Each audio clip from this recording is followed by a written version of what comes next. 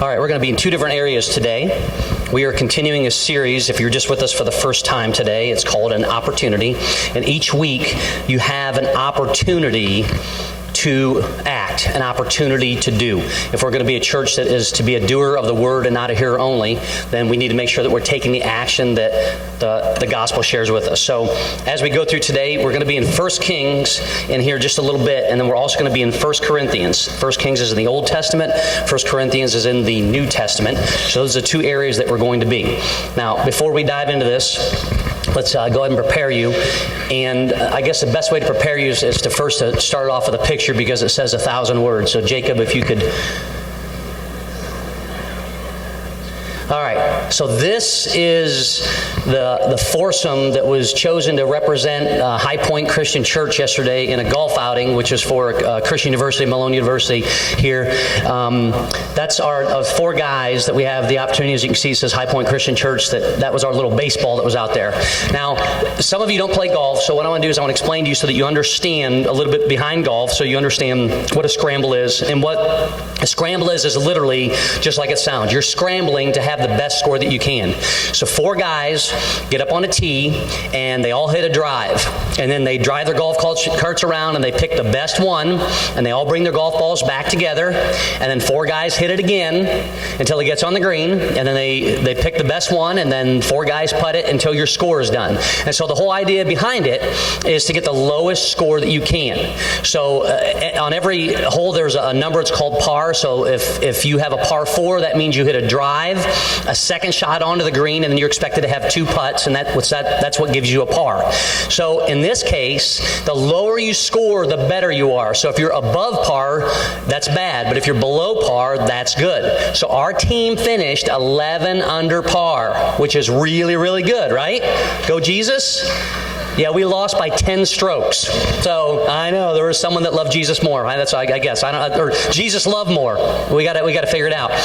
But as we're going through, there's an amazing thing that was taking place as I'm watching, is that the thing about a scramble is you don't have to really be all that good. There's just one guy out of four every time that has to hit a good shot. And for the most part, that's pretty much how we were for the day. One guy would hit a terrible shot, next guy would hit a bad shot, third guy hit a really crappy shot, and then one guy would hit a good shot, and then we would go play that one. And then that time the second guy would hit a good one, and the next time the third guy, whatever it might be. But we did well overall. And the thing about it is that you go and do your thing, and then you head off, and then you come back together for a cause. And you head off, and you go off, and you come back together for a cause. And as each hole is finished, you move to the next hole until the very end when there are no more holes. And then you go to this big tent where they serve all kinds of food, and the potato salad was excellent, and we just sit down and eat, and then you talk about all of the things that you just did. And so normally when teams would get together, they would talk about how, I almost had a hole-in-one, or I won the long drive contest, or the chip that we made on the one hole. Our best shot of the day was not even a golf shot in the realm of golf shots. Is that where we're sitting, if we had to hit the ball straight, over to this side was a little post that told us where we had to drive the carts to. And Chandler got up and scalded one off the end of his club and hit that post. And we're supposed to go this way, and his ball's like going over here.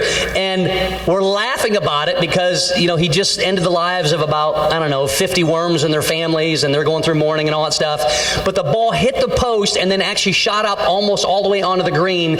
And had we not had one other one, it would have been the shot of the day for us. But guys get together then when they all gather, and those are the things they talk about. So they come together to enjoy one another, and then they talk about the good things and the bad things, and then when it all comes together, it's something that you can enjoy, and you're supposed to have fun, no matter how good you do or how bad you do or how good you think you did. And so this is our life, isn't it? I mean, so many times there's so many things that we're a part of, and we look at the people that were a part of this with us. And whether it's, I was a parent and I took my kid to a softball field, or I took them to volleyball camp, or I took them to some kind of sport, or they went to band camp, or they went to, pick something that you're going to go to be a part of, and you're at a practice, and then you have to be a part with other people. So they're a part of a team, and their whole goal is to come together as a team, and many times the goal is to win, to win, to win. where with some coaches, and this is really very refreshing when you have this for your kids, the goal is for them to come together, to do all the right things, to do them the right way, and then if you win, it takes care of itself because you chose the right path and put them around the right people. And as a parent, that's part of our goal. I want my kid to be with the coach that's going to lift them up, that's going to encourage them, that's going to find value in them. I want my child to have the teacher that I know isn't going to be giving them such a hard time or making fun of them or putting them down or taking one student and ostracizing them. I want that one that's going to lift them up in every role, as a coach, as a mentor, as a teacher, as a boss. And so every day, each one of us are in these roles as a mom, as a dad, as a husband, as a wife, to lift our spouses up, to lift our children up, to lift our grandchildren up. And we desire to have those people in whatever walk it might be.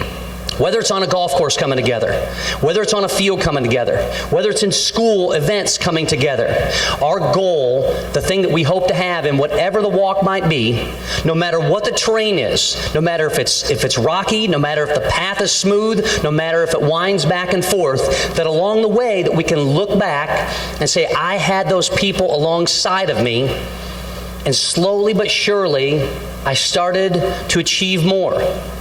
I started to lift more. I started to look more at the situation, and I started to realize that, you know what? God was in those moments.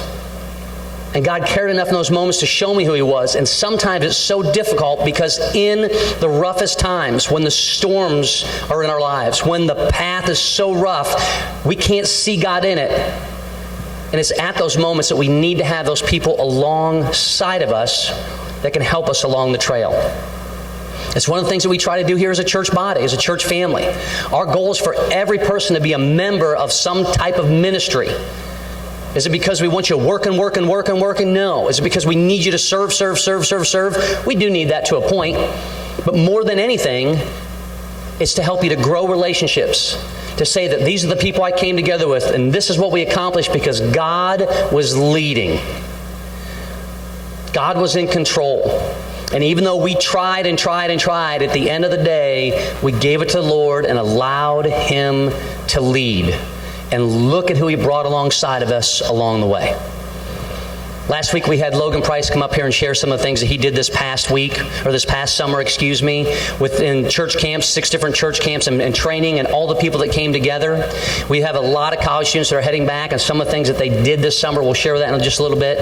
We also had a few interns that were here, 3 interns that we had here at the church that came together, and their goal for the summer, one of their goals for the summer, was to work on putting a service together that was in the evening within the sanctuary called Luna, and they had the opportunity to come together to put that service on, but it's so much more because it's about the people that came alongside of them so that they could recognize God within the moment. So today, Mikayla Bryant is going to come up here to share. Would you please welcome Mikayla as she comes up to share a little bit with us? Mikayla.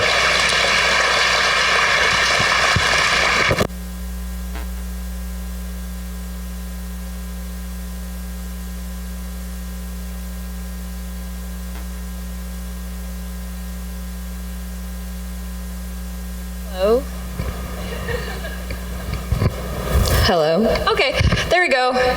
Okay, anyway. So as John said, I was one of the interns here this summer along with Jacob Huffman and Sean Snyder, and we started a ministry called Luna. It was an alternative to like Sunday morning. It was at night. It had like lights and contemporary music. It was like cool, but don't worry, I wasn't like the authority on the cool because like Jake and Sean are a lot cooler than I am, so they were in charge of that, but that's besides the point, and I'm gonna stop talking about that. We definitely came in together all on the same page. And it's really cool just to see how, even though we came in on the same page, which was we want to reach people where they're at, we want them to be able to have a better knowledge of their Bible and to have more relationships within the church, that we all ended up in a different place at the end of summer. And personally, I'm just going to talk about my personal experience that I had with this ministry. So if you could open up your Bibles to 1 Kings 19, if you already aren't there. This passage, I think, really sums up my summer experience. If you could go to verse 9.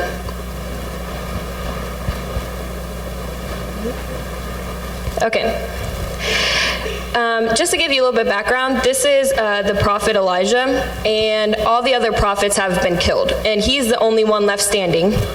And Jezebel is the queen right now, and she's ruling over this land, and she gives Elijah a death threat. She says, all the other prophets I've killed, and you're next, pretty much. So, Elijah flees, because I think that's pretty much what all of us would do at a time like that. If an evil queen was telling us she's going to kill us, we'd probably run. So he's running, and now he's in a cave. So this is where we're starting now. There he came to a cave and lodged in it.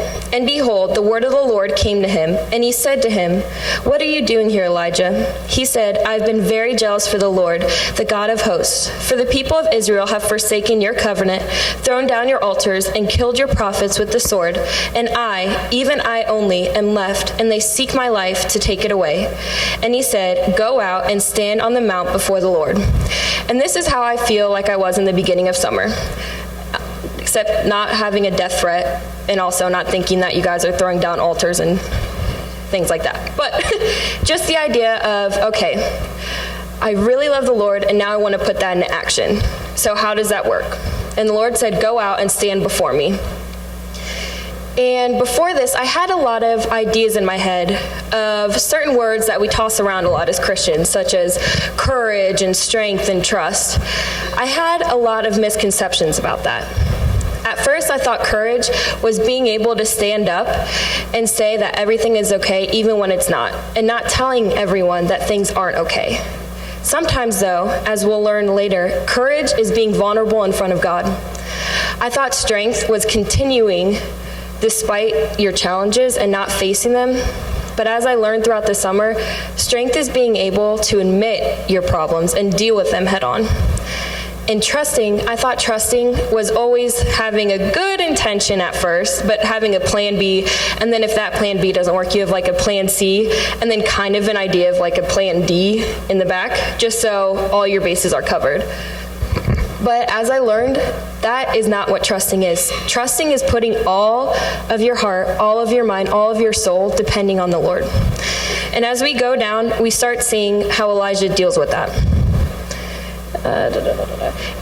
And behold, the Lord passed by, and a great and strong wind tore the mountains and broke in pieces the rocks before the Lord. But the Lord was not in the wind. And after the wind, an earthquake. But the Lord was not in the earthquake. And after the earthquake, a fire. But the Lord was not in the fire. And that was me during the summer. As I continued to grow in the ministry, those were my strengths, those were my courage, that was my trust, the earthquake, the fire. Those were all the things that I thought the Lord was in, but as Elijah found out, the Lord was not in those things.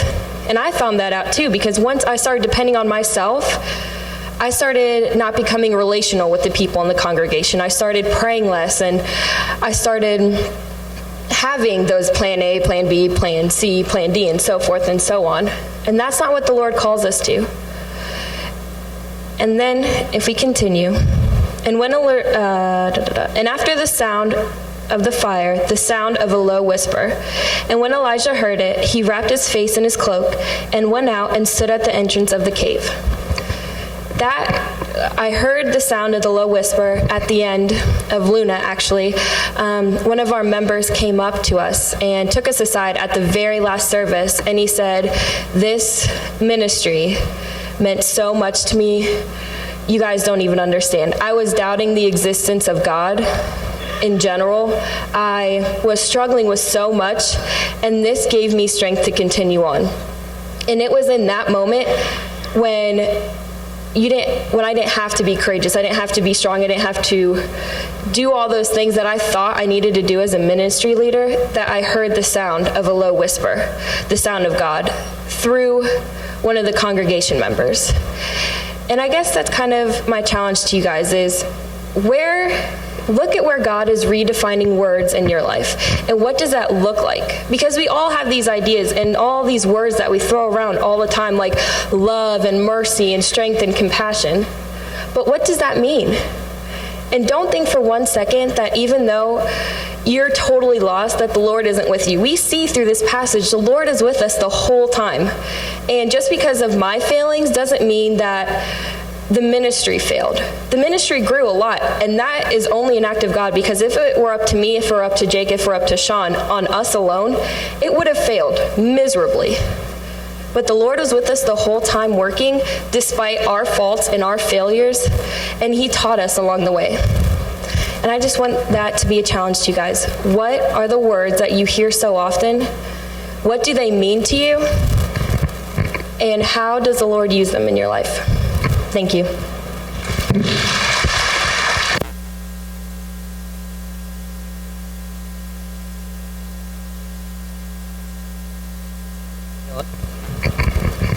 Jake's messing with me back here.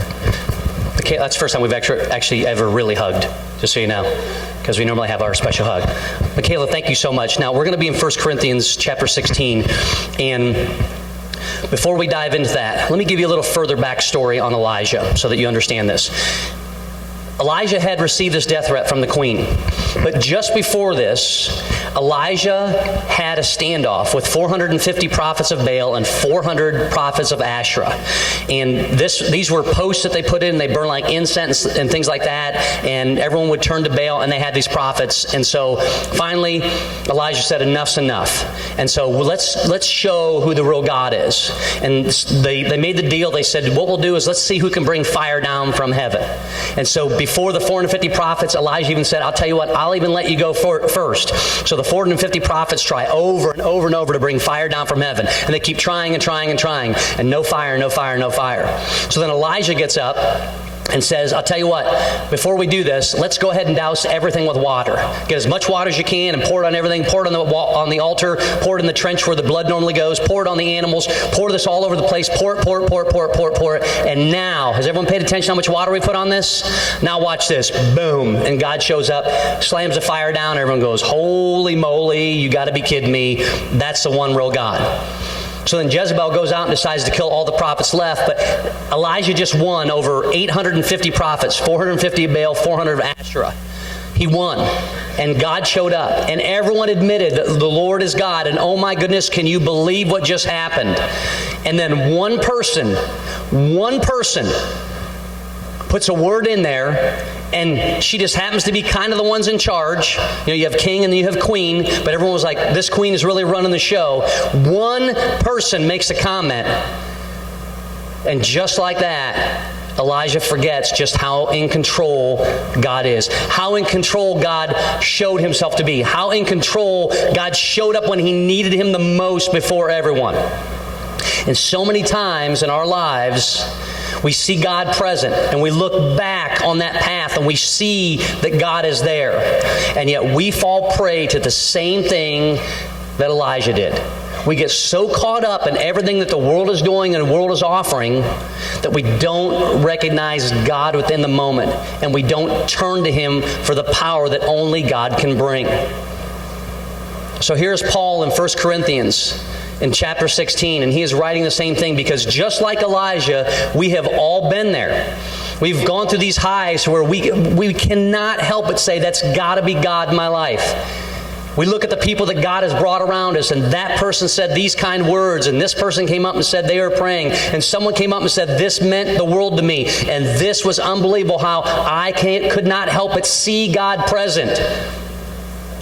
And then the next thing you know, we start stepping away from where God has gifted us. We start stepping away from those that love and care for us. We start stepping away from the very things that God shows us to be real in our lives and the people that He has brought to us. And we step so far away that it is just us alone. And we end up in a cave like Elijah. But we don't seek God in those moments. Instead, we turn to ourselves. So Paul is sharing some words today. And as Mikayla shared, let's look and see what some of these things mean. Let's talk about those, because they aren't just words in a book. We'll read through the two verses today in chapter 16, verses 13 and 14. These are the personal requests. Whenever someone would write a letter, because remember, these were letters. They'd write your letter, Dear John. I get a lot of those. Write all the way through. And at the end, sincerely, best regards, whatever it might be, John. That's how they end it. So before he's saying his his closing arguments, before he's giving his closing things that he shares with, his final greetings, he goes through here and Paul shares these personal requests. These are personal. These are to you and they are to me. They are written for us specifically. What we do with them is our choice. How we look at these through the eyes as a husband, as a wife, as a parent. How we look at these as a student who's heading back to school or heading back to college. How we look at these as a coworker. How we look at these in whatever role God has placed us in, whether it's player, coach, mentor, friend, facilitator, you name it.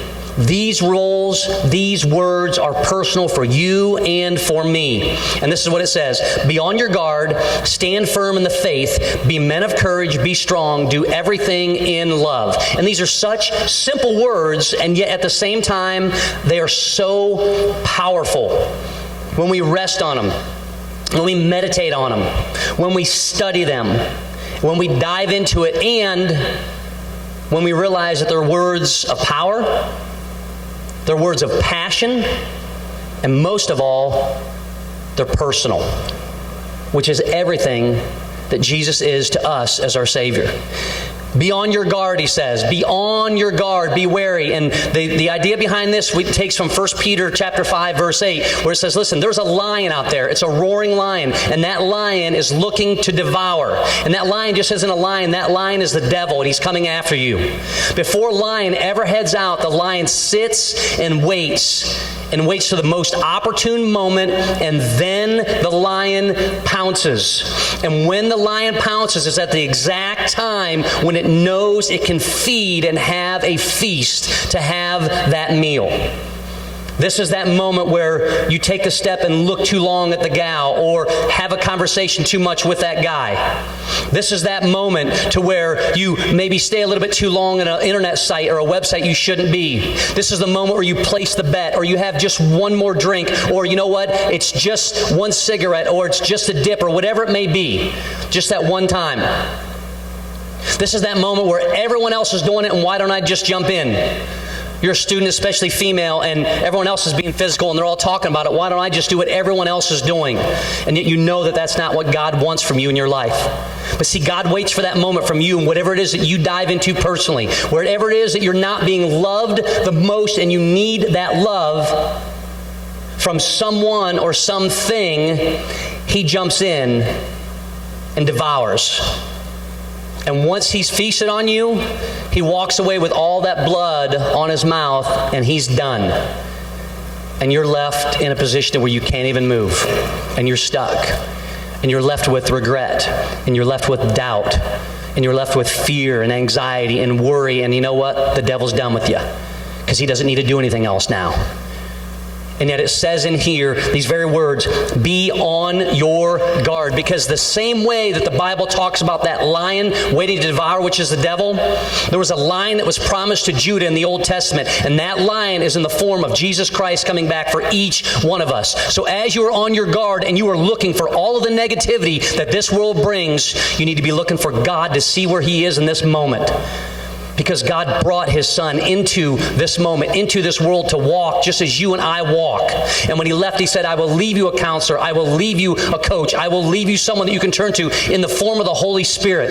And that Holy Spirit is more powerful than anything that is in this world.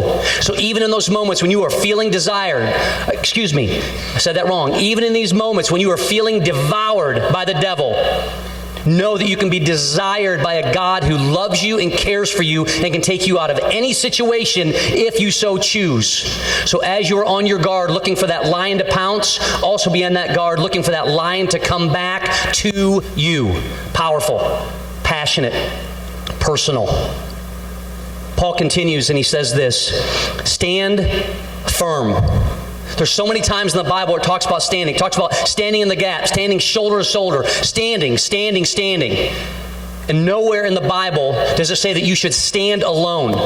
In the example of Elijah, he got to the point where he took himself on his own. He left because all of the other prophets were gone. And shortly after this story, God says to him, you know what, Elijah, I don't want you to go it alone. And so what I'm going to do is I'm bringing you someone, and his name is Elisha. And we talked about him and shared him earlier. This was the Oxen Butt series that everyone loves so much.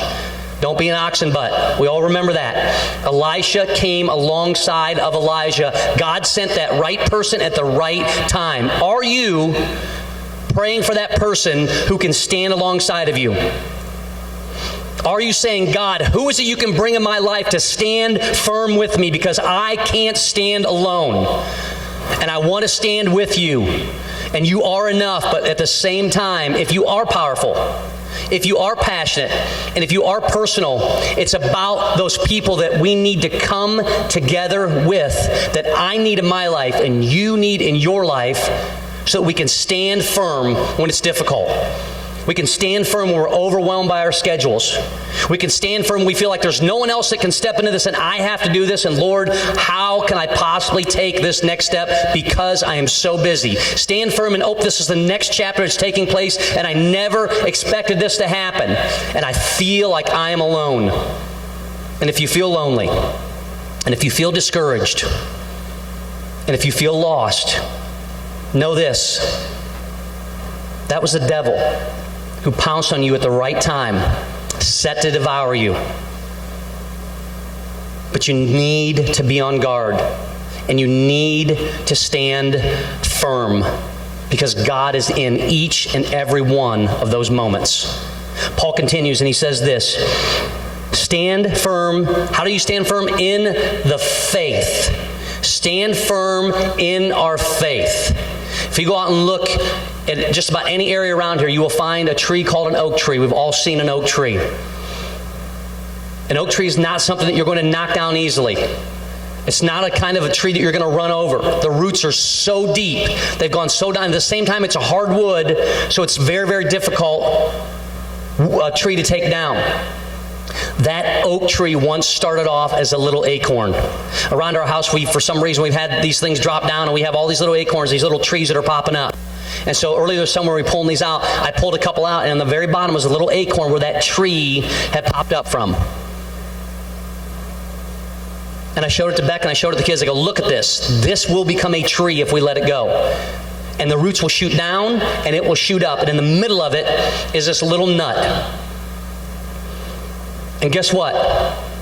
In the middle of where we are right now, we're hoping that we're grounded in the foundation that is here. And we hope that we're sprouting up till we can look up. But in the middle is a little nut. You're that little nut. I'm that little nut. And we laugh about it, and we point at our husbands, and we look at our kids. We all need to be a little bit nuts. It's okay. Because being a little bit nuts sometimes means, hey, listen, I'm not going to join in on that. Being a little bit nuts that says, you know what, I know you guys are all going to that one place for lunch or for happy hour or whatever it might be. I'm not going to join in on that. You know why? Because I need to be on guard, and I need to stand firm, and I need to walk away at times, and I need to make the right choice, and I need to be around the right kind of people that are going to continue to lift me up and are going to be rooted in that same faith, and who might be, probably are, absolutely without a doubt, just a little bit nuts, because they serve a God that's powerful and passionate and personal. Paul continues and he says this: be men of courage and be strong. Now, notice the focus here says be men. So we're going to start, and let's have a discussion with the men. There was a movie out recently called Courageous, and it talked about being men of character and being men of integrity, and being men that can be trustworthy, which means worthy of trust. Men, if your wife looks at you, does she see a man of courage? Does your character stand out? Does integrity mean anything to you? Are you worthy of that trust? Because not only is your wife watching, but your children are watching. Your coworkers are watching. The people that matter the most in your life, they're watching. And they're learning from you. Is your faith so evident that when they look at you, they cannot help but see God? Does it mean you're perfect? No. But are you shining such a light that they're like, that's the kind of guy that I want to grow up to be like? Doesn't mean I'm going to work in the same profession. Doesn't mean I'm going to do all the exact same things. But at the end of the day, that's someone who was on guard. That was someone who stood firm in their faith. And that as a man of courage, regardless of my vocation, regardless of where I choose, regardless of the next path that I'm taking, that I had the example of a loving dad, of a caring dad, of a courageous dad who was on guard and stood firm in his faith. And guys, here's the thing. How in the world can you ever expect your kids, your friends of your kids, your nieces, nephews, cousins, whatever it may be, how in the world can you ever expect them to be people of faith, to be on guard, to stand firm in their faith, to find God in each and every moment if you are not doing the same thing? We want our daughters to give their hearts to someone who has given their heart to God. And we want our children to give their hearts to God in that same fashion. But they can't do it if you haven't given your heart to God. That's tough. That's difficult. But if we don't step up and lead, why should we expect our wives to follow? Why should we expect our kids to walk alongside of us? Why should we ever expect them to take the next step in their faith? Because if they can't see God through us, where are they going to see it from? And ladies, you may be that spiritual leader in your house. And men, we need to be that spiritual leader. Are we lifting our wives up? Are we finding out what their desires are for their faith? Their desires are for their walk. Their desires of where they can serve, who they can love, and where they can reach out. Or are we looking for the next best thing? Are we chasing what this world has? Material thing after material thing after material thing, and God's like, these are the gifts I've given you. Make the most of them. If you are young and have not been married yet, or you're getting ready to walk down that path, take these words seriously. You have this opportunity now. Ladies, if you're getting to that point where you're like, there's going to be that special guy, these are the things you need to be looking for in him. Young couples, if you're thinking, hey, we're thinking about that next step with kids, or we're growing together in the things that we're doing now, are you on guard? Are you standing firm in your faith? And guys, are you leading? Because like it or not, even in this world today, the ladies want to be led alongside of you, rib to rib, side by side, walking in their faith, closer and closer to God. Foundations in God's Word, praying and lifting your voice up, and every once in a while, being just a little bit nuts in between. Paul continues and he says this, be men of courage. We talked about the men's side, but women, that does not mean that you stop. Maybe you don't have your husband sitting with you right now and you desire for him to be there. Maybe you're doing it all the wrong way. I need you in church. You should be in church. And they make every excuse in the world. That church did this and they said this, and 20 years ago and 50 years ago and 30 years ago, and I was burnt here and this hurt here, and on and on and on and on and on and on. Stop. It is okay for you to say, I don't care what the church has done. I don't know who those people were. I don't know what was said. I don't know how that hurt, but I know this. I love you and I need you next to me. And I care enough about you because we need to be on guard, and we need to be on guard together. And I want to stand tall in our faith. And I want to be courageous even when it's very, very difficult.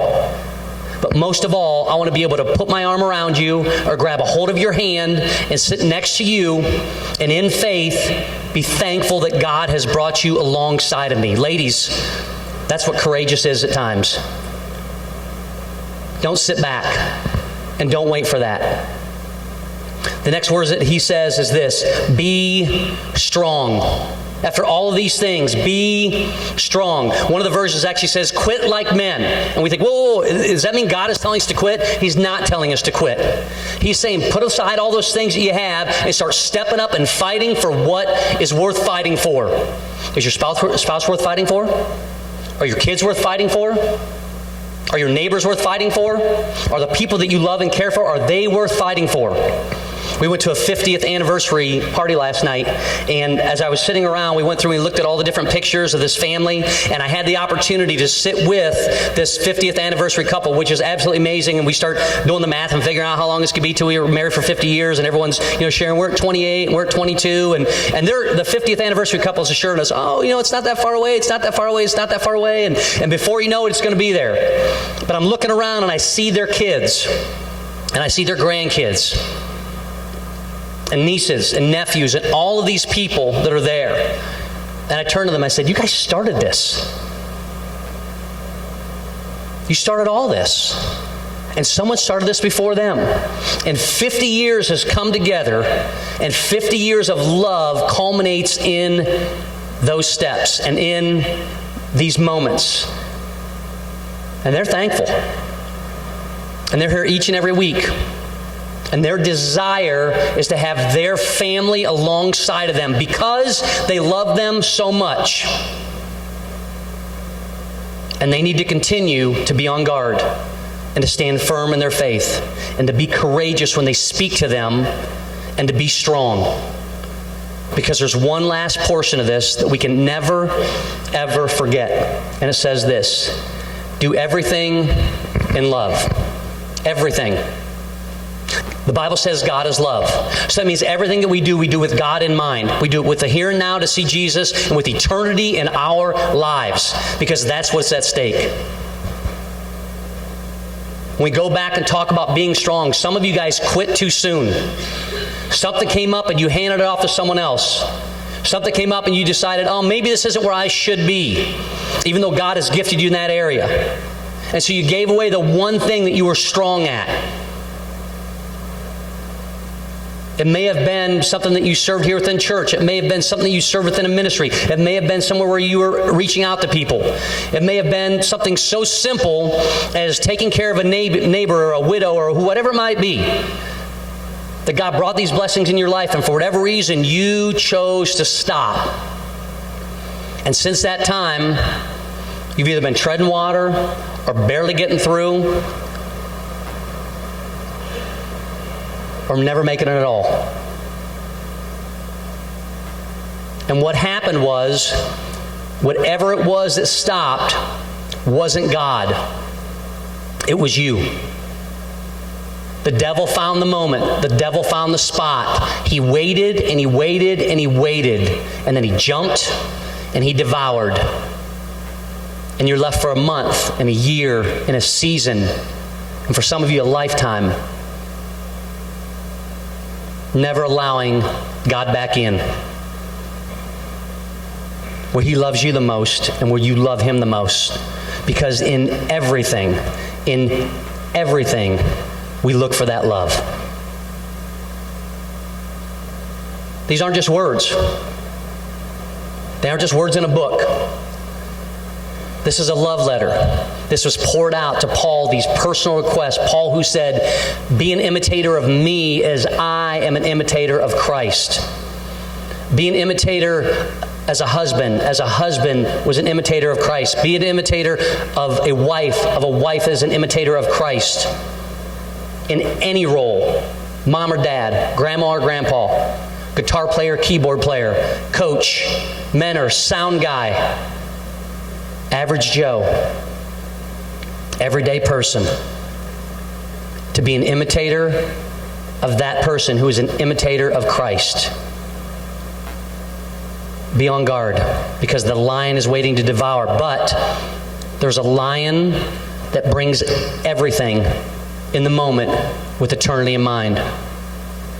Stand tall, stand firm in your faith alongside of someone. Be courageous. Have the courage to step up, to say the words that need to be said, even if it means you aren't the most popular person in the world. Because we need the strength of God. We need to know that we can do all things through Christ who strengthens us. Because in the end, everything we do in love. We share things in love. We say things in love. We live our lives loving and being loved in everything we choose to do. This is an opportunity today to be, just as these words say, in the very center of it all, to be courageous. Would you challenge yourself this week in all you do, in every word, in every moment, in every opportunity to do all of those things in love? Would you stand, please, so we can close in a word of prayer?